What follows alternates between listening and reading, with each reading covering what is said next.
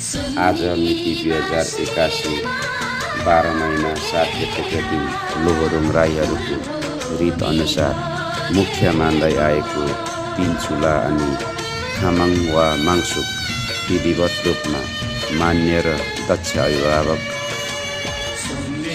तथा पुजारी यटाङ्कको सहयोगबाट स्थापना गरियो, जहाँ हामी लोहोरुङ राईहरूको पर्दा मर्दा यहीबाट नै स्वागत र विदाई गरिन्छ।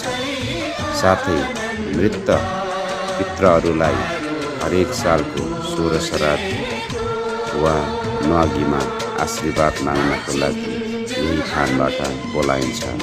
हामी लोहोरुङ राईहरूको यो महत्त्वपूर्ण थान